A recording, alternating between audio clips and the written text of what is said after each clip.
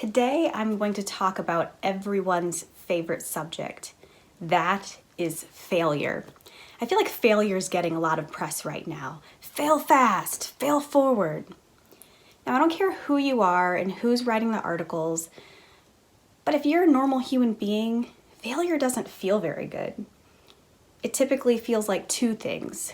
One, it feels like shutdown, crawl in a corner, woe is me. If I failed now, I'm never going to get it right. Or it might feel like red hot anger. Who's to blame? How did this happen? What can we do to fix it right now?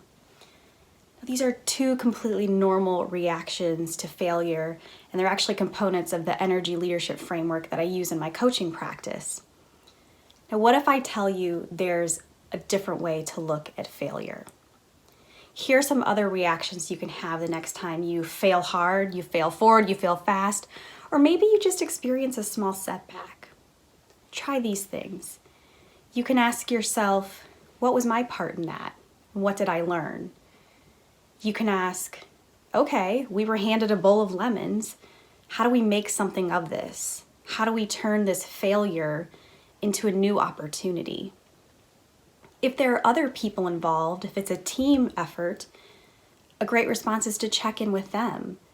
Who might be curled in that corner a day longer than you think they need to be? And can you check in with them?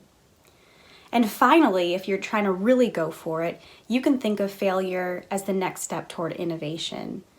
Like that way currently won't work, so let's just leapfrog it and think about what white space there is for us to explore based on that experience.